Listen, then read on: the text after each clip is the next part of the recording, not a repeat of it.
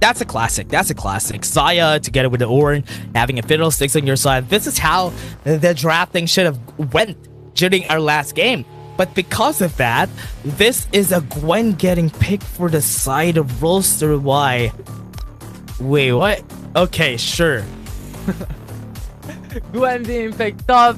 I think it's something that KT.RY wants to utilize coming in. But now for CES, we're looking at the supports. We're looking at the the mid laners that are still missing for the side of CES. Some potential bans coming in could be those roles. And as for KT.RY, you still have to look at the support. Who is the support that is currently missing for KT.RY? Because currently, we still have Gragas open, Nautilus, and the likes that is still available for both these. Yeah. And as we're seeing right now, I'm really expecting a lot from here, especially that we go from the start here. The Akali is going to be banned too. They don't want to see that. We all know that Zero is one of the Akali players here also on the side of Roster Y, but because he's in the support anymore, they don't want to see it on the hands of PMM. Yeah. And now we'll see and we'll look at the final bans coming in from CES, but thus far, Dog will be the ones who will have that AD aspect of KT.RY, Rattel, and Luna. So far, really centralized onto AP damage aspect to their composition. Who will be the support? Nautilus, Gragas, once again still available for this. Yeah, there's a Gragas still. There's still a Galio available, so they can still pick that up. They're more afraid of the Alistar getting picked up here, but the Vayne? The reason why the Gwen has been picked is because they don't want a double ADC to be seen on the side of CES. But now, that's more of a classic. Getting the Renekton, denying that from the hands of Rattel is way better. Yeah, 100%. That's really, really good coming from CES. Able to match up against the like of Rattel later on into this game number 1. And Renekton coming into the top side can really sustain for a long time. And I think the role here for Taku is to really just buy time for the rest of the crew with the likes of the double ADC potential composition for CES to be able to garner a lot of gold into the early mid game. And now, this is it. They have Illusion, a way safer pick right now in the mid lane. But now the Tristana is also going to get picked. Luna in the mid lane. Okay, as we expect, it's always going to be a double ADC here, especially for the side of Roster Y. And now having a Zeri on the hands of Luna and also Tristana for Acrobat, that's double ADC. They pick up, now it makes sense. They picked up the Gwen so that CES can't pick that up to their side. Yeah, this is going to be a hell of a fight coming into game number 1. KT.RY, we've seen double ADC just prior coming into the series. If ever it comes down into building into the 2-item power spike, 3-item power spike for these two champions, for Luna and Acrobat, CES is going to have a hard time. They need to be able to utilize their early game advantage with the Lucian. Okay, let's take a look at this though. Right now, let's take a look at what they're gonna do here. Having double ADC, having Lucian on the other side, with this double ADC on Lucian together with the Zaya, it's gonna be way easier for the Lucian to get the early game for their side. So that's gonna be the problem here. But we're talking about Luna on the side of Roster Y. So this is something that Luna is very capable of, and he has shown it during the last season how good he is with an ADC. Especially when it comes down to the moment where it's really, really crucial. KT.RY could just show up. And now, a lot of dependency onto the likes of Fiddlesticks and also Ornn for the side of CES. Be able to do a lot of engage later on, with Zaya being the center of it all. Yeah. And now, how is it gonna start now? Especially for the side of CES. Let's take a look at what's gonna happen. For now, it's going to be Roster Y having the advantage just because of their performance from Season 1. But now in Season 2, this is where they're going to start to paint themselves in the APAC conference. And I am excited for it. Oh, early flash being burned. That's really, really good for KT.RY. And that enables Luna to now go a little bit more aggressive from what we're seeing already as an aggressive play coming in from Luna. They get vision on where Daw is, so they're going to be starting on that jungle. Daw is going to be seen. They know that he took some of their waves, and they are still going to be following through. Genza, half HP already, and Akeno is just gonna be taking a brunt of the damage from Daw. Yeah, and they understand. KT.RY What knows is that? knows the assignment that Genza will be pretty much the center of CES. He will be the carry of this team. Now, if they put pressure on the bot side, it's pretty much going to be an easier time for Acrobat in there. Man, Y1, look at this. Y1, the way that they're going to be starting this, look at him. He's not going to have a lot of resources here. Because remember, Evelyn also has a lot of wave clear. He's going to try and take down this wave that we have here on the top side of the map. But Luna is going to be there. There are supports that are going to happen from the side of Roaster Y. So that is going to delay a lot for the side of CES. Yeah, 100%. And now just look at the potential rotations that KT.RY did. Gwen was going into that Raptor camp as well. If ever a fight occurs, you have Luna there as well. So it was pretty much a 3v2 from there on forward because Renekton came in for the reset. So the rotations, these macro plays coming from KT.RY, really, really impressive. Yeah. And as we have seen though, coming in from Roaster Y, look at what they're doing. They're trying to out-macro the members from the side of CES. Y1, this is one of the problems whenever you see a Fiddlesticks on the board. It's going to be easier for the Assassin to just get a lot of priority compared to what the Fiddlesticks can do. But once they get that first blood in the mid lane, and BMM honestly wins that. That changes things up. I think this is expected already, but not to that level of degree. I think Lucian is really, really strong when it comes to the early game, but having that first blood into the mid lane of CES gives them so much advantage from here on forward for BMM to be able to really just pressure in Luna in the following minutes. He tried. He's not level 5 during that time. Getting that extra bump from that level was honestly really helpful for BMM. Is he gonna see it? Ooh, good positioning from Genza though. That's why he's gonna be able to back away from this. He's gonna delay it. Goes in for Genza. Delays the back. And Genza is gonna have a hard time here because Y1 is still in the area. I'm gonna be expecting a Crow Storm here coming in from Y1, but he's not gonna pull the trigger. Yeah, and I like the discipline here as well, coming from KT.RY, from Daw as well. They understand that they took a lot of time already just staying in the bottom lane. And they understand that they have no vision in the bottom quadrant jungle. So they have to play it a bit more safe. Especially since that they lost Luna already in the mid lane just a while back. Wait, what are they going to do here? Evelyn is getting a lot of levels. It's a good thing that they are delaying how Y1 has been playing this game. But so far, one thing that's good here is that CES, even with that small amount of gold, that is a good light that I'm seeing from CES. Oh, definitely 100%. This is something that they have to utilize, right? Because if Luna scales out of control, it is hard for them to be able to control it. Ooh, knock up. Slows him down. Akeno not using the ultimate just yet. Just playing it safe. Luna having the advantage here, or rather BMM having the advantage here in the early game is something that's good for CES. Yeah. And now we have Acrobat also coming into fray into the mid lane. You're seeing it, Acrobat already in the mid lane. They're just going to be exchanging it up so that Acrobat, who has a lot more, at least playing field for the mid lane, is going to be good here. Yeah, plus we have to remember, there's only a couple of seconds left before the first objectives comes back up.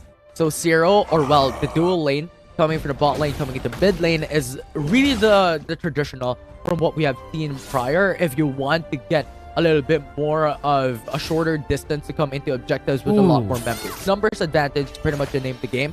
Early, mid game. Went in for the first crown of the Shadowed Queen here for both of our junglers. So this is going to be a challenge. What are they going to start first? From what we're seeing from both of them, they are hovering on the bottom side of the map. So there's a big chance that they're going to go for that Drake. We'll see if that can occur, especially since Ice Drake, so ability haste coming into the side of both these teams could be utilized really, really well. And now we're going into the standard beat up coming in from CES as well. They went in for their dual lane coming into the mid lane. But now that level 5 is already there for pretty much every single member, every single player, I think what we could expect later on is the part of Forge God coming in from Akeno later on that will be crucial to set up the play for CES. Oh, yeah, and already Roaster Y on the top side of the map. Immediate reaction from the side of CES, just going for that Drake while this is starting. Referral priority for Roaster Y. Yeah, and KT.RY has that information as well, that Y1 is starting Drake. But the thing is, with with Evelyn now hovering towards the top side of the map, there is an expectation that the Rift Herald could be placed on top lane to get the tower for split. Ooh. Oh, wait, what? Okay, great smite. Y1 was still able to take it in the end. And look at what's going to happen here, Infinity. I can see a big potential here for the side of KT.RY to just be going for the side lanes, try to take down towers as fast as they could. That is the only reason why they pick up the Tristana. Yes, they have a late game champion, but the siege coming in from the Tristana is something that's always good to have. 100%. Mix that up with the Rift Herald that they're able to take a while ago. This could speed up the gold injection that they really require, considering that they went in for the double ADC. A lot of late game champions, to be more specific, with this Dairy and the Tristana, because here in the early game, it's already an expectation that Lucian will have that advantage in a lane 1v1 matchup. So they really have to prioritize this type of strategy. Okay. Already starting onto the mid lane. They want to open it up as fast as they could. They have Y1 here in the area. Crowstorm is going to be pulled. The trigger is there. They have the Horn of the Forge God, but nobody has been hit. And nobody dies with 99 HP on that tower. Was not able to follow through with the Horn of the Forge God, not being able to push it back for Akeno. But the thing is, CES wants to push back on mid lane. They're gonna try. They have 5 people here, but they don't really need to. They left the bot lane alone. Remember, that's a Tristana that could get a chunk of that tower in the bot lane.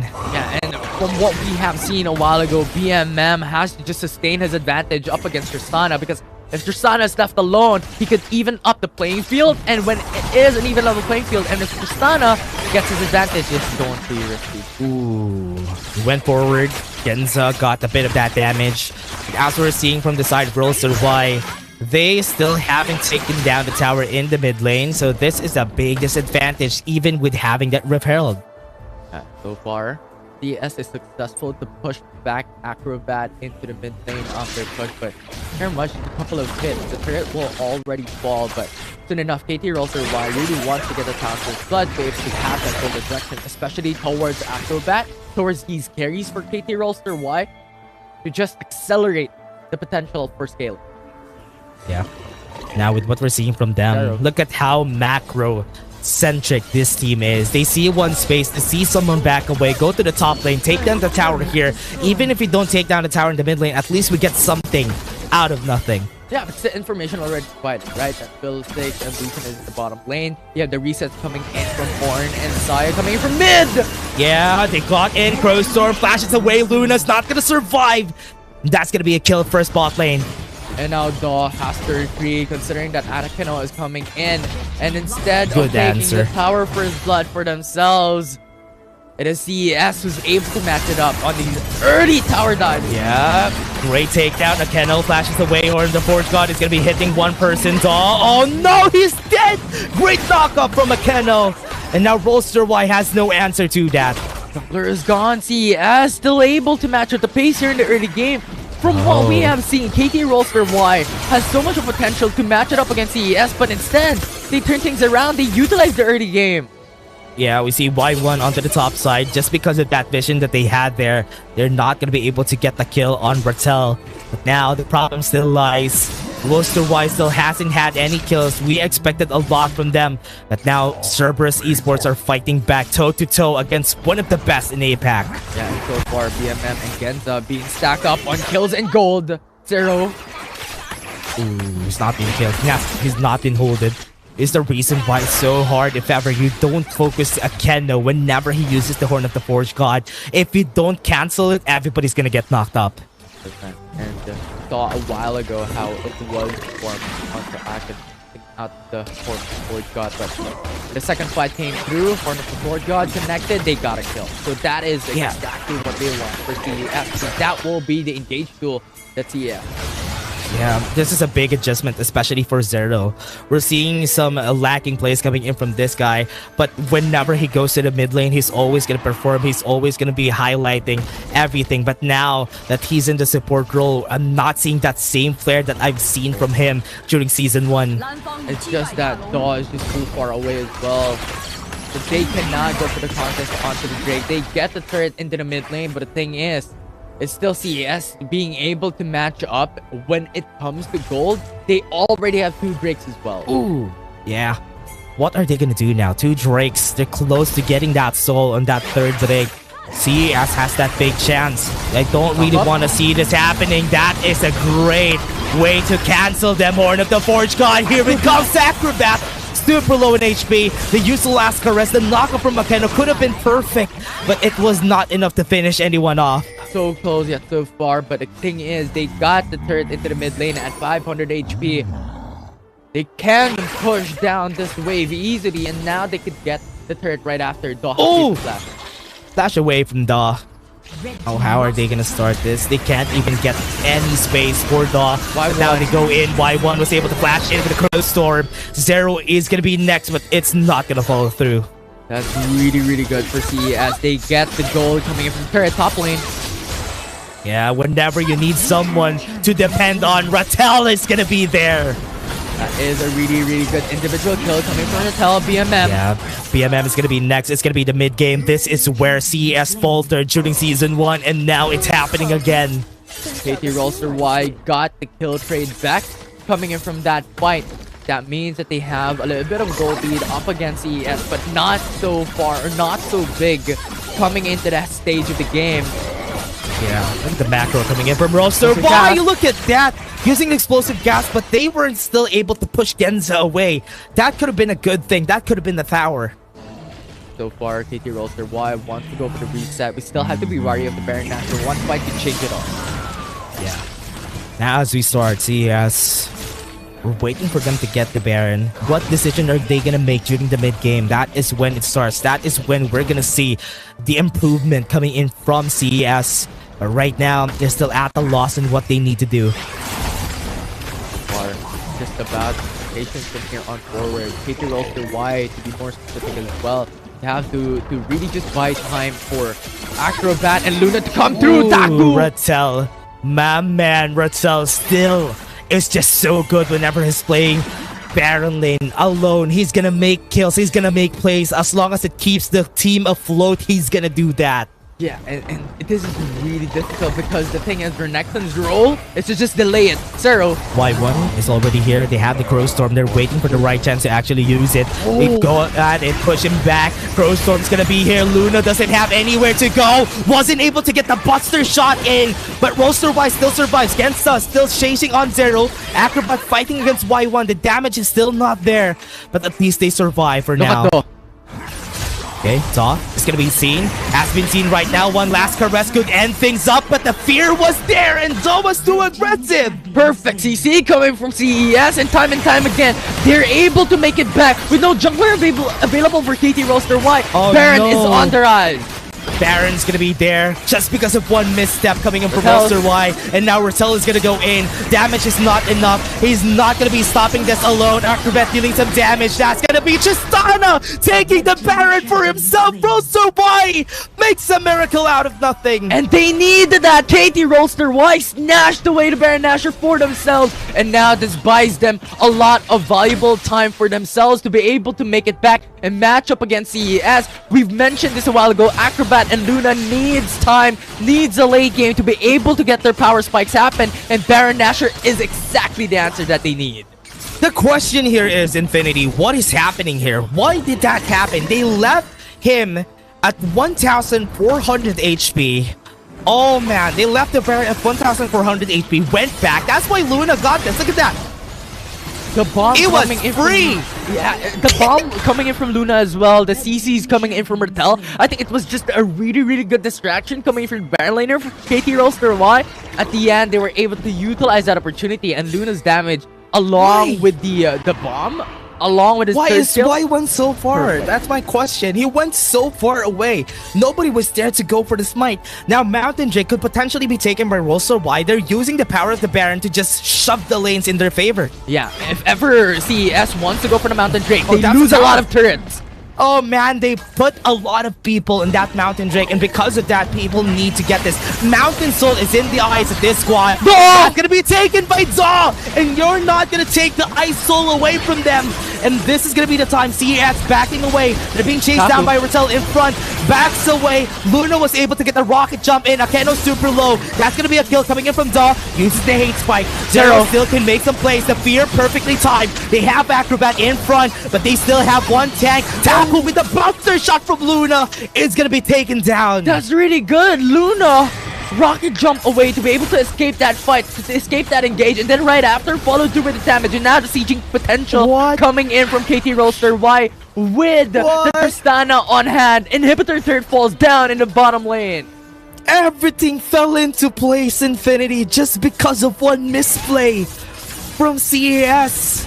I wasn't expecting it to be this far, but they were able to make things work on their side. CES, oh no, everything fell apart. Yeah, the Baron Nashor was exactly what they need. And right now, it was Y1 who was pushed back. The CC time and time again enabled Da to secure the Mountain Drake. And right after, when we're looking at Luna rocket jump over the wall, Sarah just followed through to be the sponge of the team. Akino was really low. Do finished him up. Zero into the back lines with the body slam just enabled Acrobat and Luna to follow through with damage. Overall, it was the showing of engage coming in from KT.RY along with the mechanical prowess of the team. Oh man, mistakes are mistakes, and that's the only reason why CES got it. Y1 though, Genza looking for a great co-storm. Ornn of the Forge God was used. That is so much damage coming in from Da. And they can still chase him down. Luna gonna be trying to get the damage in. Flashes forward to get the shot. And that's a kill. Good trade coming in from KT.RY. It was Rattel who was hoping to get that kill onto Genza because Genza was already 1 HP. When he jumped into the turret, he was rooted by Genza, so really nice use of the feathers and coming into that fight as well. Luna, really nice trade as well coming into the mid lane. KT.RY just turn things around. Just one play. CES, what can they do at this point? Y1 doesn't have a lot of space when it comes to getting those crow storms. But one of the good things about this though, Infinity, is when it comes to a state of the game, it's way better for a Fiddlesticks to just get at least a losing matchup. Whenever they're in a losing matchup, a re-engage is way better, and Y1 could find that chance. If they find that chance in that Elder Drake fight, that could potentially get them the win still. And this is it, the catalyst for that chance, for that opportunity. It is the Elder Drake. The team who will be able to get this can really just change the tides of the game, especially coming from CES, having so much of a disadvantage coming right now for game 1. Yeah, have no vision on the pit itself. But CES could really take this. They have all vision that they need on the entrances that they need to look at. And one thing that they're really afraid of is that Luna could potentially take down the tower if ever they left him alone in the mid lane. That's why they're still hovering in this mid lane part of the map. And in addition to that, rocket jump as well, it can be utilized by Luna really well to just jump out of danger. So that's just so much of just that fear being embedded onto CES that they have to really just match up the pace up against KT.RY. Yeah, they can push the mid lane. They got low HP on Genza. Once they push the mid lane, they got a lot of the members away. They can start now the dragon. Now that they're starting, they might be able to get the kill on Zero here, but they don't see where Y1 is. This is a potential chance for them. Yeah, they just lost so much utility, and now looking at the backside, Dog. Yeah, goes in for the last caress, forces to flash away. Now they're starting the dragon here, and this is not gonna be their chance. Dog is gonna take this for free, and now it's gonna be WRL just cleaning house against CES. Taku is gone. It's just a very perfect signal coming from KT.RY. When they forced out the Horn of the Forge God coming from Akano, it was already over. It was only their hopes to be able to match up the Elder Drake. Yes, Y1 still has his ultimate ready, but the thing is, it is Akano, it is the Ornn who is really crucial when it comes to that long range engage coming from the team. They have the chance, and now they're going to be taking this Baron for free. They got the Elder, they got the Baron, they still have the Elder buff. That's going to be one kill already. Ornn of the Forge God, but Y1 onto the back line might be able to change things up. Acrobat super low. Genza has the chance to carry this fight, but they're running away. They don't want to take this fight. Genza has a lot of damage, but Luna might be able to take him down. That's a lot. Y1's going to be next. Rattel is in front. He's chasing down Y1. He still has the Elder buff, and that's going to be a kill for him. The Elder buff is really just the MVP. Genza just falls before he is able to take down Luna, and now Taku. Yeah, they might be able to win this now. That's gonna be the end of it. That is WRL just showing them how to play the macro against CES. Really, really good